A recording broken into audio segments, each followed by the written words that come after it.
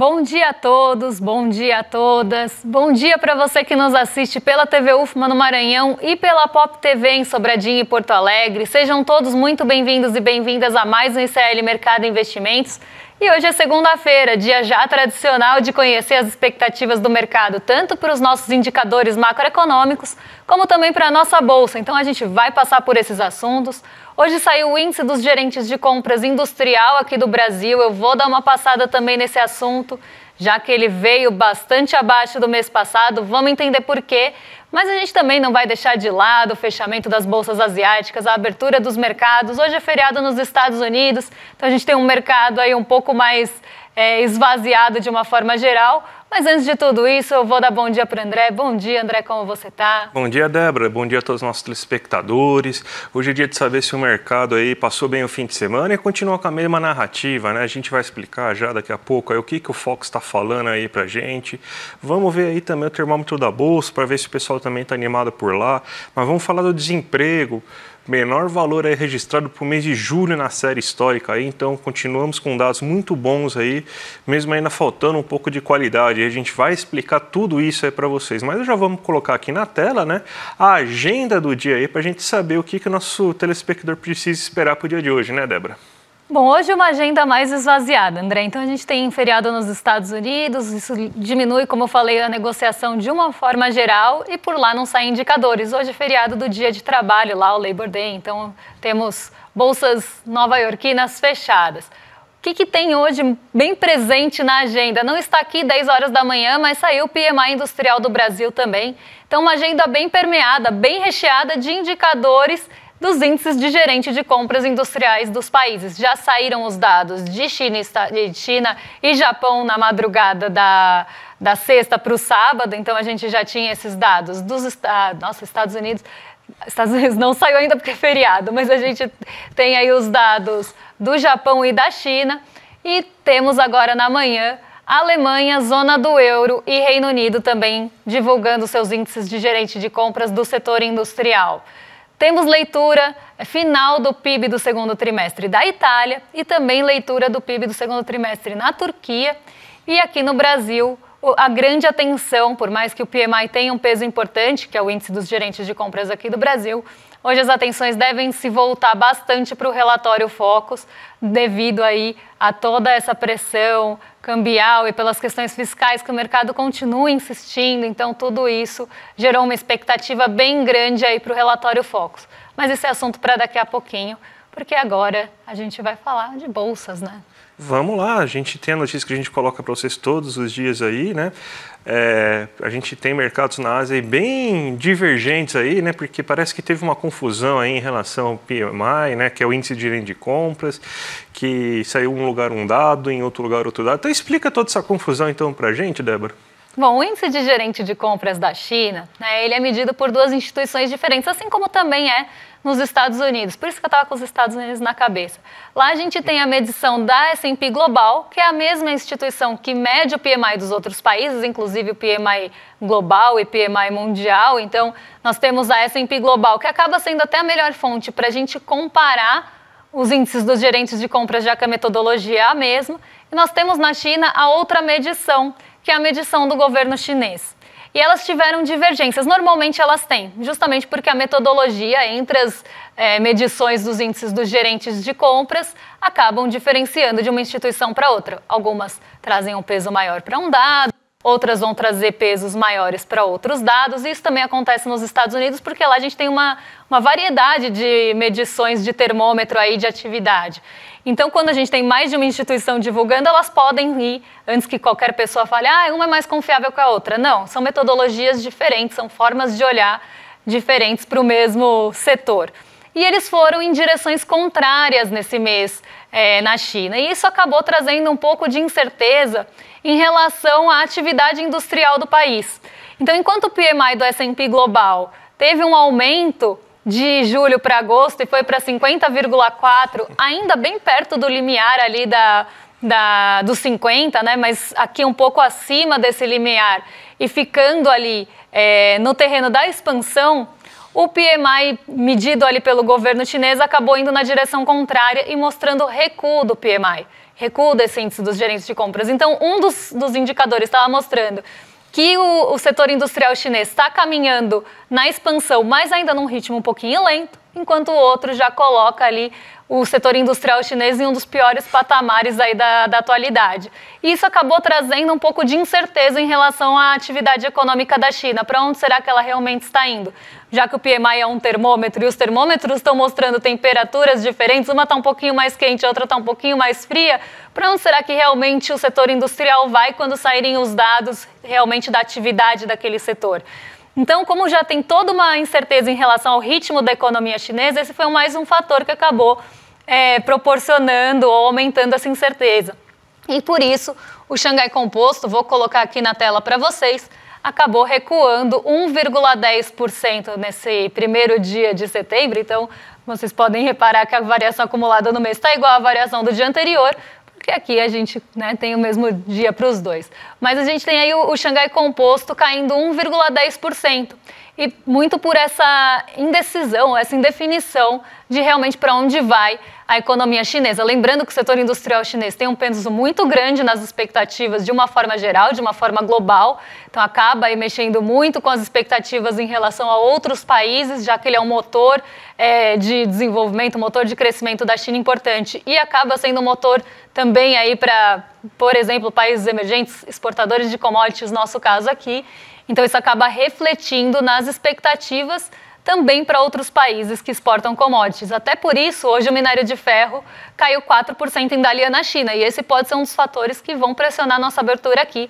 Mas esse também é assunto para daqui a pouquinho, porque agora a gente voa para o Brasil para falar de desemprego, né, André? Exatamente. Bons dados de desemprego aí, né? A gente teve que, segundo a PNAD, que é a medida que a pesquisa que se utiliza para medir o desemprego no Brasil desde 2012, é o menor valor para a série histórica aí, encerrada num trimestre em julho. Então a gente tem um desemprego aí que está batendo na casa dos 6,8%.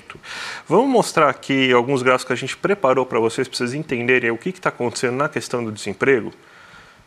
Então esse aqui é o gráfico que está mostrando aí como que foi essa formação de empregos aí, se a gente comparar com o mês anterior, né, com o semestre encerrado em junho. Então foi formado aí entre um mês e outro aí mais praticamente 201 mil novos postos de trabalho. E foi formado principalmente no setor privado, né? Você tem 281 mil postos de empregos sendo formados no setor privado, mais do que inclusive o total que foi formado, né? Porque a gente teve quedas em alguns setores. E você teve quase que uma igualdade, né? Que o setor privado com carteira assinada foram 162 mil vagas, mas ainda uma quantidade enorme de vagas sendo formado aí sem carteira assinada, mostrando aí que existe uma preocupação ainda, reflexo da reforma trabalhista, com a questão do desemprego informal, né? Então a gente tem também o trabalhador doméstico teve uma leve queda, aí 4 mil postos de trabalho no trabalho doméstico foram extintos. O setor público teve uma alta de 0,36, mas já adiantando que essa alta foi muito puxada também por informalidade. E a gente tem aí uma coisa bem interessante que o conta própria, ou seja, aquele que trabalha como PJ ou aquele que faz um bico, reduziu.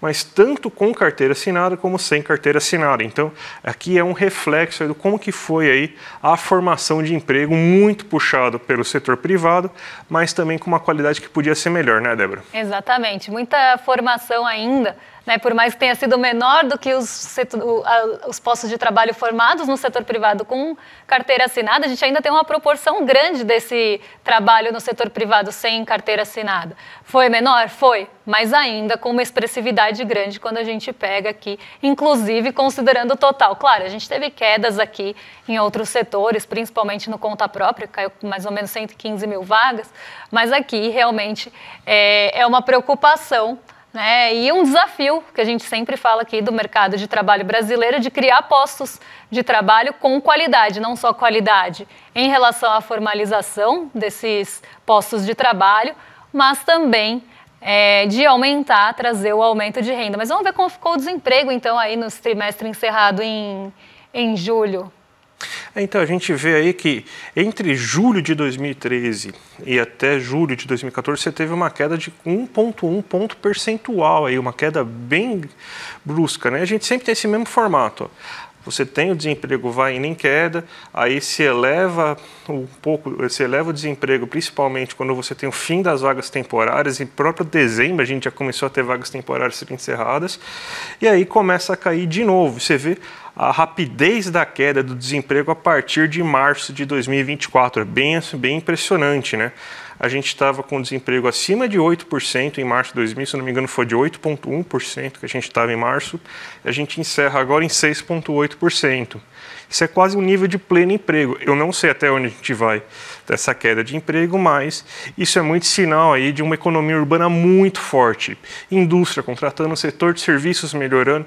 Então é isso que está explicando esse comportamento do desemprego nesse momento, Débora. E até queria chamar uma atenção aqui para um ponto, porque nas barrinhas vocês estão vendo as projeções que o mercado tinha para a taxa de desemprego. E na linha roxa, olha eu, na linha laranja, na linha laranja a gente vê de fato o desemprego. E a gente vê que por 3 meses ali, março, abril e maio, o mercado financeiro, ou as projeções de uma forma geral, estavam bem acima da taxa, né? Então ali em março a gente tem uma projeção acima de 8%, e a taxa ficou muito perto dos 8%. A gente tem em abril a taxa ali também acima da projeção, se não me engano, ali passando um pouquinho os 7,5%, e depois uma taxa prevista ali acima de 7% e um desemprego já mais próximo de 7%. Nesse mês de julho, o mercado acertou, o desemprego ficou bem em linha com a projeção. Mas por 3 meses aí a gente viu até uma projeção bastante acima da desocupação, em outros meses também, né? Dezembro, janeiro. Então até estavam esperando que as vagas ali temporárias tivessem até um peso maior no desemprego, que não aconteceu.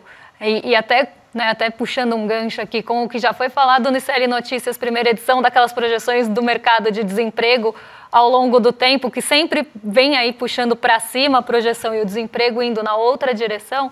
Aqui a gente vê isso de uma forma bem clara e bem nítida. Vamos então agora para a indústria, né, Débora? Porque saíram os dados aí do PMI, né, o Índice de Gerente de Compras, e a gente teve a primeira queda mais expressiva esse ano, mas ainda estamos em expansão industrial, né? Explica para a gente aí, porque o pessoal sempre esquece, né, que quando você está acima de 50, está expandindo, né? Não quer dizer que caiu a produção industrial, né? Exatamente. O que o PMI mostra, né? O PMI, como eu falei, quando eu estava explicando da China, ele é um termômetro de uma atividade de um setor. Nesse caso, a gente está vendo o termômetro da atividade industrial. Como ele funciona? Quando ele está acima desse limiar de 50, que é a linha amarelinha que vocês estão vendo na tela para quem estiver acompanhando a gente com o vídeo, então nessa linha amarelinha tracejada a gente tem esse limite de 50. Quando o índice dos gerentes de compras, que é chamado de PMI porque ele é um índice global, é um índice que acaba sendo divulgado em inglês, mas tem essa tradução livre aí, quando esse índice dos gerentes de compras está acima desse patamar de 50, quer dizer que aquele setor está em expansão. Quando esse índice dos gerentes de compras está abaixo da linha de 50, quer dizer que ele está em contração. Então a nossa indústria ela passou muito tempo no terreno da contração. Inclusive, em 2023, ficou ali em 49 pontos, 48,6, 49,4, depois 48,4. Então, historicamente, se a gente puxasse dados, inclusive mais antigos aqui, íamos ver que tinha mais tempo na contração. O PMI industrial ficou muito tempo na contração aqui no Brasil. E a gente começa a ver essa retomada a partir de janeiro de 2024. Tem um salto bem grande ali dos 48,4 para 52,8, mostrando que a nossa indústria passa para o terreno da expansão em um ritmo mais acelerado. E como é que funciona isso? Quando o PMI está na contração, ele pode estar aprofundando essa contração, como ele pode estar diminuindo essa contração e chegando mais perto do limiar de 50 para ultrapassar e passar para o terreno da expansão. Quando o PMI, ou o Índice dos Gerentes de Compras, para quem não gosta de siglas em inglês, passa do limite da expansão, né, então começa a ter um crescimento no setor, esse crescimento ele pode estar num ritmo mais acelerado, como num ritmo mais lento, ainda que ele apresente uma expansão. Então ela pode ser uma expansão maior, então ele pode crescer mais de um mês para o outro, como ele pode crescer menos, o setor aqui pensando, já que isso é um termômetro, afinal ele sai antes da pesquisa mensal da indústria. Então aqui a gente tem por isso que é chamado inclusive de termômetro, né? Ele traz uma expectativa realmente do que a gente pode esperar pesquisa quando ela for divulgada. Então a gente tem ali nosso PMI saltando, indo para o terreno da expansão e num ritmo muito acelerado. Então o setor mostrando que ele ia ter fôlego para crescer, continua em 54,1, aí diminui um pouquinho o ritmo, vai para 55,9, foi um dos melhores patamares do PMI que a gente viu nos últimos tempos. Ele cai para 52, 52,5, 54 e aí volta para 50,4. O que aconteceu?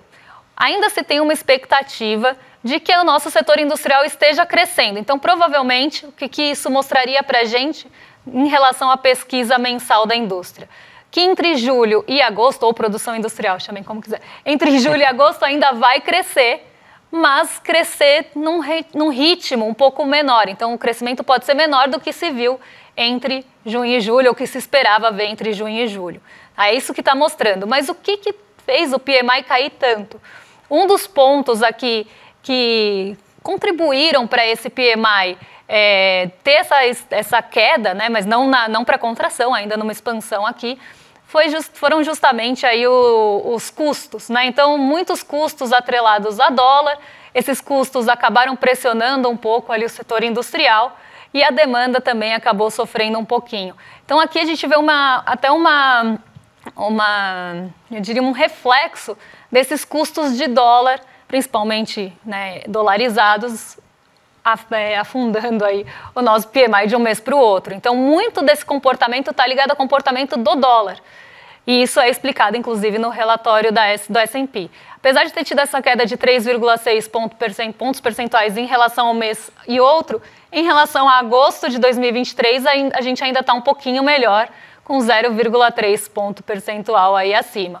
Mas um ponto até para a gente ficar com atenção, porque isso também mexe com as expectativas do setor industrial e já é um alerta que nesse mês pode ser que a gente tenha uma produção industrial um pouquinho menor. Vamos falar agora do relatório Focus, saber aí como o mercado passou seu fim de semana, né? E de novo, a mesma narrativa. Se vocês quiserem pegar o recorte da semana passada aí para evitar, para gastar menos tempo aqui, a gente fazendo isso, é basicamente a mesma coisa aí que eu vou falar agora, vai ser o que eu falei na semana passada. Vamos lá colocar a arte aí para vocês verem o que eu estou falando aqui, né? Porque a narrativa é o seguinte, o Brasil está crescendo, vai muito bem, obrigado. A indústria ainda está em expansão, como a própria Débora falou, o PMI. Então isso aí vai gerar um crescimento aí cada vez maior, então cada vez mais nos relatórios aumenta-se a projeção do PIB, agora está um aumento de 2,46 esperado para esse ano, só que esse aumento está acima da capacidade de produzir do Brasil, então vai começar a pressionar aí alguns preços mais ligados à demanda, como serviços, isso aí vai fazer com que a inflação chegue perigosamente perto do teto da meta. Então já está sendo criado aqui um terreno, porque daqui a pouco tem reunião do Copom para você começar a subir isso, né? Então, que a Selic ainda não subiu a Selic, eu já estava esperando que subisse essa semana aí, mas não subiu, vamos ver na próxima, mas cada vez mais a gente vê players importantes do mercado financeiro falando aí sobre a necessidade aí de aumentar a Selic, até com uma prova de fogo para o Galípolo, que vai entrar no ano que vem aí como presidente do Banco Central, para saber se ele tem responsabilidade monetária aí de combater juros acima de qualquer coisa, né? Então, com uma Selic mais alta, você tem então uma queda da inflação esperada para o próximo ano, mas também o nível de atividade econômico menor. Então a narrativa é a mesma, o Brasil vai crescer, mas vai crescer mais do que pode, isso vai gerar inflação, então a gente tem que combater a inflação com queda da atividade econômica e futura do Brasil, porque senão a gente vai ter uma inflação muito elevada, ou seja, sacrifícios serão necessários, pessoas terão que perder seu emprego, mas tudo pelo bem aí do Deus mercado, Débora. E aqui um ponto até que eu queria chamar a atenção, né? O André falou, não mexeu, mas poderia ter mexido. Poderia mesmo, porque na média a gente vê que a projeção da Selic ela vem subindo semana a semana, eu já tinha falado isso na semana passada, esse comportamento já está antigo, só que média é aquela coisa, se a gente tem 50 respondentes e alguém também joga, ou alguém, né, jogam ali as expectativas lá para cima, você soma tudo, divide por 50 e acaba chegando na média. Então a média distorcida não quer dizer que mais gente está esperando a Selic subir, né? Mas a gente já vê vários agentes, como o André falou, colocando ali suas projeções para a Selic final ou terminal desse ano acima de 10,5. Então, conforme a gente tiver mais respondentes do Focus colocando essa expectativa acima de 10,5, uma hora mediana, que é o número, mediana é diferente da média, tá, gente? A mediana divide o conjunto em 2. Então, uma hora isso vai deslocar. Mas, para isso, mais respondentes vão ter que subir essa média. E aí eu chego no ponto que eu queria chegar. O mercado está subindo o câmbio semana após semana também. Então, várias semanas de alta aí no câmbio brasileiro. Esse câmbio também pode ser uma justificativa, porque, poxa, já que a gente tem preços aí que são um pouco mais sensíveis a câmbio, isso pode pressionar o IPCA. E se pressionar o IPCA, a gente vai ter que subir a Selic. Essa historinha também está sendo construída faz tempo. E aí agora surgiu um novo foco aí para ficar em atenção no mercado financeiro. Além da troca da sucessão do Banco Central.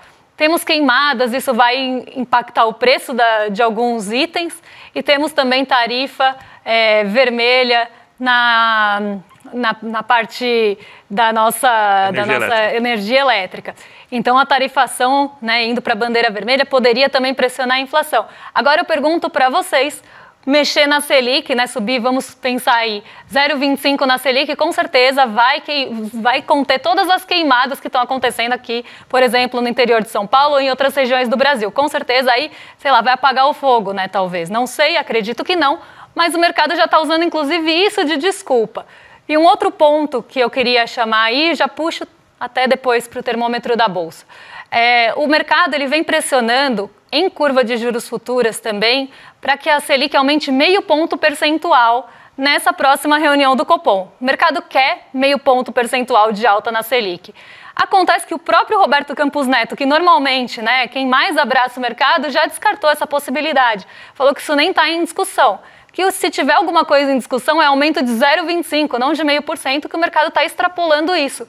Mesmo depois do Roberto Campos Neto falar que isso não está em pauta, aí não sei também se o mercado quer que entre em pauta, e aí indo contra, inclusive, o que o Roberto Campos Neto falou, então aqui a gente já vê que o mercado está viajando um pouquinho, né? Porque normalmente o mercado e Campos Neto andam bem juntinhos. Então a gente vê um mercado pressionando para essa alta de 0,5% e depois da fala do Roberto Campos Neto eles pressionaram ainda mais a taxa de juros futura.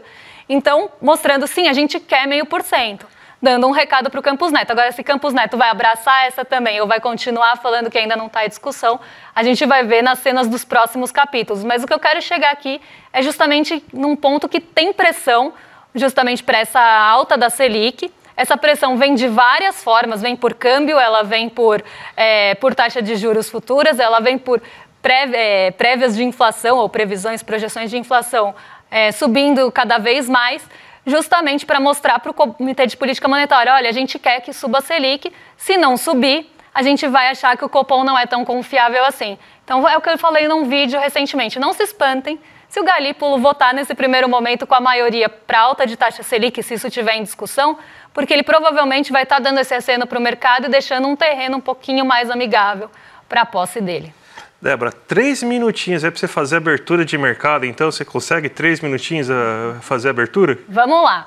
Eu vou só contar para vocês que o mercado está bem otimista com a nossa bolsa nessa semana, 50% dos agentes espera aí que a gente fique com alta e 25% espera a estabilidade, 25% espera a queda. Mas hoje é um dia que a nossa bolsa está sofrendo aí, então Ibovespa caindo 1,03%, devolvendo uma parte dos ganhos que a gente viu serem acumulados, inclusive nas últimas semanas, e aqui fatores importantes levando essa queda a se aprofundar. O primeiro deles é que hoje a gente não tem mercado nos Estados Unidos.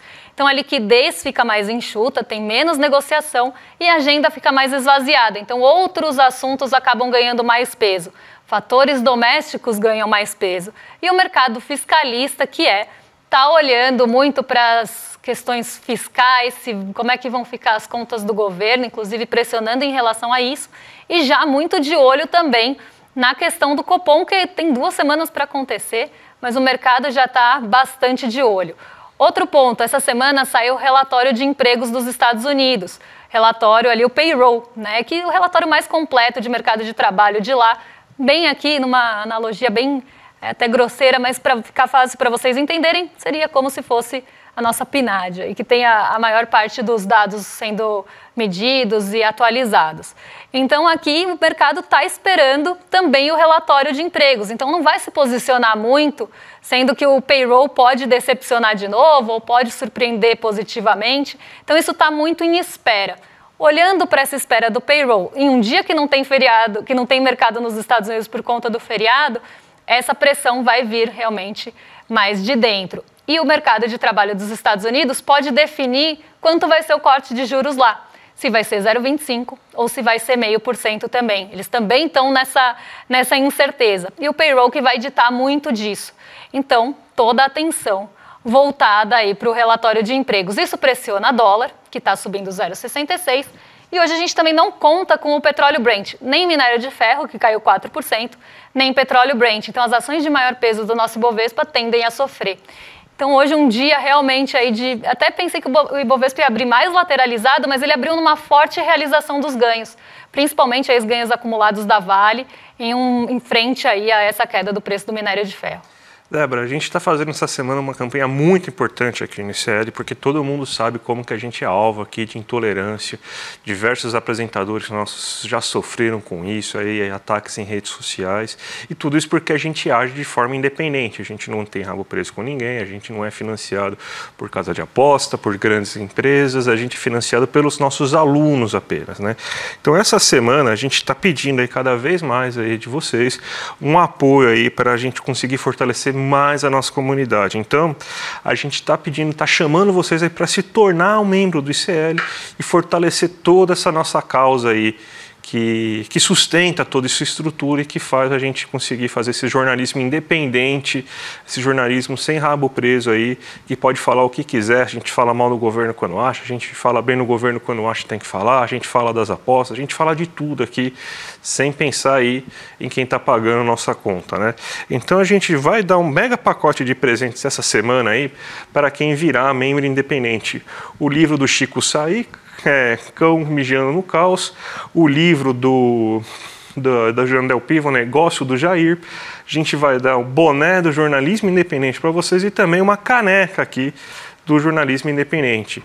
E a gente tem que chamar vocês aí para fazer aí para o nosso grande evento, aí, nosso lançamento, né, o Preço Série da Independência aí, que vai ser nessa quinta-feira, dia 5/9 aí, com a Juliana Del Piva, com o Leandro Demore, com o Eduardo Moreira. Então, vale muito a pena. Clica aqui, se inscreve em clmercado.com.br para você não perder essa live, tá certo? Imperdível mesmo, e os brindes estão incríveis aí, então não dá para deixar de lado. Agora vocês ficam com o Rolê ICL na sequência, com o William De Luca e o Guga Noblar. A gente fica por aqui, mas amanhã a gente volta para trazer aí os principais pontos da nossa economia, o que está mexendo com o nosso bolso. Amanhã é dia de conhecer PIB, então vamos passar por todos esses pontos com vocês amanhã. Um beijão e até lá. Até mais, gente. Tchau, tchau. Só o conhecimento liberta, dizia José Martí, o cubano. Frei Beto completa e a informação compromete. Mas qual a independência de um jornalista ou de um veículo de comunicação para ser realmente independente e, com a sua informação, levar a compromissos das pessoas? Veículos e jornalistas que resolvem enfrentar os grandes interesses dos poderosos costumam pagar caro por isso.